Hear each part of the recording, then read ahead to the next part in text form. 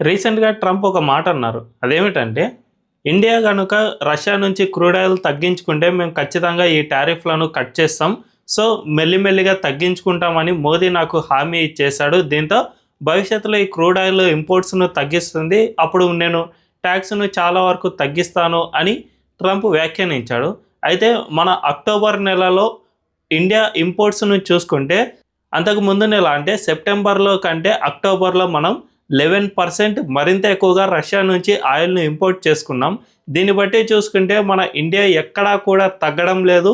Trump చెబుతున్నవన్నీ అబద్ధాలు and ఆయనకు మేము అసలు తలొగ్గే ప్రసక్తే లేదు అని మోదీ మరోసారి స్ట్రాంగ్ వార్నింగ్ ఇచ్చినట్లయింది. అంతేకాకుండా రీసెంట్‌గా ట్రంప్ మరో నిర్ణయం తీసుకున్నారు. అదేమిటంటే ఇండియా ఇంపోర్ట్స్ పైన అంటే మనం అమెరికాకు ఎక్కువగా మన వ్యవసాయ ఉత్పత్తులను ఎగుమతి చేస్తూ ఉంటాం కదా!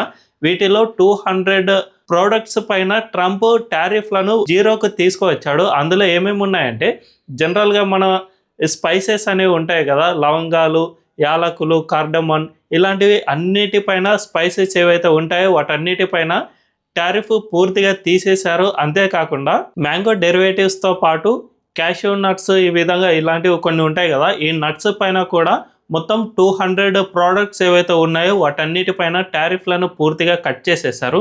ఇవన్నీ ఎందుకంటే అమెరికాలో చాలా వరకు ద్రవ్యోల్బణం అనేది పెరిగిపోయింది. అక్కడ ధరలు విపరీతంగా పెరిగిపోతూ ఉన్నాయి. అమెరికాలోని మంత్రి గతంలో ఈ వ్యాఖ్యలు ఆయన ఒప్పుకున్నారు. అదేమిటంటే మా దేశంలో ద్రవ్యోల్బణం ఇప్పుడు 3% కంటే ఎక్కువగా ఉంటుంది. దీనికి ప్రధాన కారణం ట్రంప్ విధించిన టారిఫ్‌లే. ఈ టారిఫ్‌ల వల్ల మా దేశంలో ఎక్కువగా ధరలు పెరుగుదల అనేవి వస్తూ ఉన్నాయి. దీనివల్ల ప్రజలు చాలా వరకు ఇబ్బందులు పడుతున్నారు అని ఆయన సైతం వ్యాఖ్యానించారు. అయినా కూడా మన ఇండియా అస్సలు వెనక్కి తగ్గలేదు అని మనం స్పష్టంగా అర్థం చేసుకోవచ్చు. సో, మన మోదీ గవర్నమెంట్ టారిఫ్‌లను విధించిన తర్వాత నుంచి ఎక్కడా కూడా దీనిపై కనీసం మాత్రం స్పందించలేదు.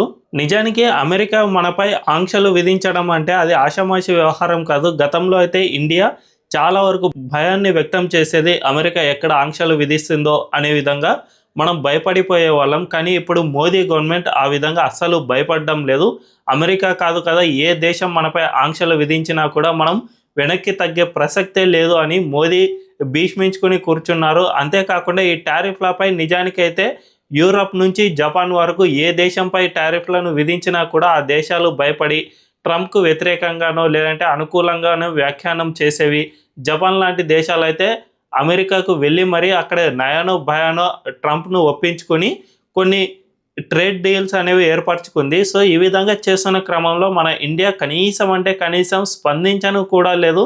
మీ టారిఫ్‌లు అన్యాయమనో లేదంటే ఈ టారిఫ్‌లను తగ్గించుకోమనో మనం ఎక్కడా కూడా ట్రంప్‌ను కోరలేదు. దీనంతటికి ప్రధాన కారణం ఒకటే. మన ఇండియాకు ట్రంప్ గురించి బాగా తెలుసు అండ్ అమెరికా మనపై డిపెండెంట్ అవుతున్న దేశం కాబట్టి ఖచ్చితంగా అమెరికా ఎక్కడా కూడా కొనలేదు. మన దగ్గర నుంచి మాత్రమే కొనాల్సిన పరిస్థితి ఏర్పడుతుంది కాబట్టి ఇప్పుడు కాకపోయినా భవిష్యత్తులో అయినా ఆయనకు బుద్ధి వస్తుంది అని మన ఇండియా ముందే గుర్తించింది. మన విదేశాంగ శాఖ మంత్రి ఎస్ జయశంకర్ మనందరికీ తెలుసు. ఆయన గతంలో ఎన్నో దేశాల్లో విదేశాంగ దౌత్యవేత్తగా పనిచేశారు కాబట్టి ఆయనకు ఈ విధంగా ఇంటర్నేషనల్ ఇష్యూస్పై చాలా పట్టు ఉంది. అందువల్లనే ఆయన ఇప్పుడు అమెరికాను ఏ విధంగా ముక్కుతాడు వేయాలో ఆ విధంగానే వేస్తూ వస్తూ ఉన్నారు. ఇటు మోదీ కూడా టారిఫ్లపై ఎక్కడా కూడా స్పందించలేదు. కేవలం ఒకే ఒక్కసారి స్పందించారు. మన ఇండియన్ రైతులకు అన్యాయం చేసే విధంగా ఎవరు మనపై టారిఫ్లను విధించినా కూడా నేను దానికి అస్సలు తలొగ్గే ప్రసక్తే లేదు.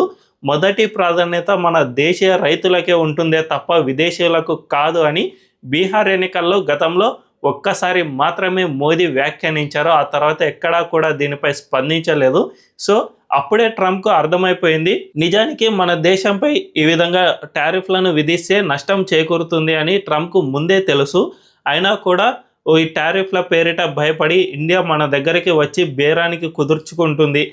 ఇద్దరి మధ్య ట్రేడ్ డీల్స్ అనేవి జరుపుకుంటుంది. అప్పుడు అమెరికాలోని వ్యవసాయ ఉత్పత్తులను మన ఇండియాకు ఎక్స్‌పోర్ట్ చేయడం ద్వారా మేము డబ్బులను సంపాదించవచ్చు. మా దేశంలో ఉన్న వ్యవసాయ ఉత్పత్తులకు మంచి గిరాకీ లభిస్తుంది అని ట్రంప్ భావించాడు. కానీ అది ఎక్కడ జరగలేదు. ఎందుకంటే ఒకవేళ మనం గనక అమెరికా ఉత్పత్తులను ఇంపోర్ట్ గనక చేసుకుంటే మన దేశంలో ఉన్న వ్యవసాయ ఉత్పత్తుల ధరలు బాగా పడిపోతాయి. ఎందుకంటే మన దేశం 70% వరకు వ్యవసాయ ఆధారిత దేశం కాబట్టి ఇక్కడ చాలా ఎక్కువగా పంటలు పండుతూ ఉన్నాయి. మనం తినగా మిగిలినవి విదేశాలకు సైతం ఎక్స్పోర్ట్ చేస్తూ ఉన్నాం కాబట్టి ఓవర్ సప్లై మన దేశంలోనే ఉంది కాబట్టి మనం ఇతర దేశాల నుంచి ఇంపోర్ట్ చేసుకుంటే మరింతగా ఈ ఓవర్ సప్లైపై ఇది ప్రభావం చూపిస్తుంది. అప్పుడు కేజీ 50 రూపాయలు ఉన్న టమాటా ధర జస్ట్ 2-3 రూపాయలకు మాత్రమే పడిపోతుంది. మనందరికీ తెలుసు టమాటాలు ఓవర్ సప్లై ఉన్నప్పుడు 2-3 రూపాయలకు పడిపోతున్న సందర్భాలు అనేకం చూసాం. సో ఈ విధంగా ధరలు పడిపోయినప్పుడు రోడ్లపై పారబోసారు. అయితే ధరలు పెరిగినప్పుడు వాటిని అమ్ముకోవడం, వాటి నుంచి లాభాలు గడించడం లాంటివి మన ఇండియన్ రైతులు చేశారు. కానీ ఒకవేళ విదేశాల నుంచి మనం కూరగాయలను అన్నిటినీ దిగుమతి చేసుకుంటే ఏవేవైతే ఇక్కడ దిగుమతి అవుతాయో వాటన్నిటి ధర ఈ విధంగానే పడిపోతుంది. తద్వారా మన ఇండియన్ రైతాంగం నష్టపోతుంది. అప్పుడు ద్రవ్యోల్బణం సైతం పెరిగిపోతుంది. కాబట్టి మోదీ గవర్నమెంట్ దీన్ని ముందుగానే పసిగట్టింది. ట్రంప్ ఎట్టి పరిస్థితుల్లోనూ ఆయన 25% ఫస్ట్ విధించాడు. అప్పటికి మనం స్పందించలేదు. ఆ తర్వాత మరో 25% విధించాడు.